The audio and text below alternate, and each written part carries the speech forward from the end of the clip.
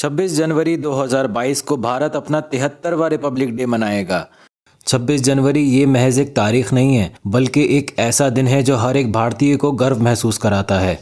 आज हम खुल के अपनी बात कर सकते हैं, सवाल कर सकते हैं, अच्छे बुरे के खिलाफ अपनी आवाज़ उठा सकते हैं। ये आज़ादी हमें देता है हमारा संविधान यानी कॉन्स्टिट्यूशन। ये वो चीज़ें हैं जो हर इंडियन सिटीज़न को मालूम होती ही हैं, लेकिन 26 जनवरी को लेकर ऐसी बहुत सी दिलचस्प बातें मौजूद हैं जो शायद ही आपको पता होंगी। कुछ ऐसे ही मज़ेदार फैक्ट्स आज हम शेयर करेंगे आपके साथ आज इस वीडियो में। वीडियो शुरू करने से पहले अगर आप चैनल पर नए हो तो चैनल को सब्सक्राइब कर लो और वीडियो को लाइक करना मत भूलना।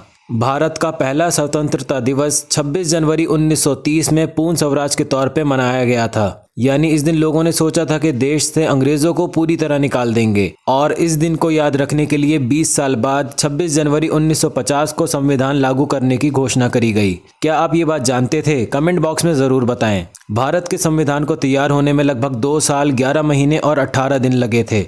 भारतीय संविधान को लिखने का काम एक मसौदा कमेटी को दिया गया था, जिसकी कमांड डॉक्टर BR अम्बेडकर के पास थी। भारतीय संविधान को लिखने में जितना समय लगा, उसकी वजह से ही आज़ादी के 3 साल बाद यानी 26 जनवरी 1950 को देश ने अपना पहला रिपब्लिक डे मनाया।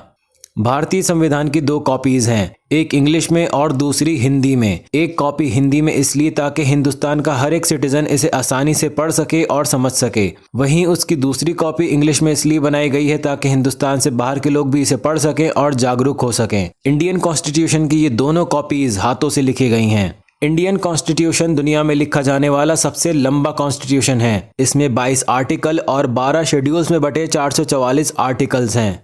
इंडियन कॉन्स्टिट्यूशन की 308 हाथ से लिखी कॉपीज़ को लेजिस्लेटिव असेंबली ने 24 जनवरी 1950 को साइन किया था। इंडियन कॉन्स्टिट्यूशन की असली कॉपीज़ को पार्लियामेंट हाउस की एक लाइब्रेरी के अंदर हीलियम बॉक्स में संभाल के रखा गया है। अब हीलियम बॉक्स में ही क्यों? वो इसलिए क्योंकि अगर उन्हें हीलियम बॉक्स में ना रखा जाए तो ऑक्सीजन के साथ पेपर इंक के रिएक्शन होने के चलते कागज़ की सारी लिखावट खराब हो जाएगी और उसे पढ़ना और समझना बहुत मुश्किल हो जाएगा। इसीलिए इंडियन कॉन्स्टिट्यूशन को अभी तक हीलियम बॉक्स में संभाल के रखा गया है। 26 जनवरी के दिन ही डॉक्टर राजेंद्र प्रसाद ने इंडिया के पहले प्रेसिडेंट के तौर पे शपथ ली थी। 3 दिसंबर 1884 को जन्मे डॉक्टर राजेंद्र प्रसाद एक किसान परिवार से ताल्लुक रखते थे, जिसके चलते उन्होंने जिंदगी की हर एक कड़वी सच्चाई को नजदीक से देखा था। गांधी जी ने एक बार कहा था, मैं जिस भारतीय प्रजातंत्र यानी डेमोक्रेसी की कल्पना करता हूँ, उसका मुखिया कोई किसान ही होगा। कॉन्स्टिट्यूशन डे में परेड के दौरान एक ईसाई भजन अबाइड विद मी बजाया जाता है। ये भजन महात्मा गांधी का पसंदीदा था। परेड राष्ट्रपति भवन से राजपथ के साथ इंडिया गेट और लाल किले तक जाती है।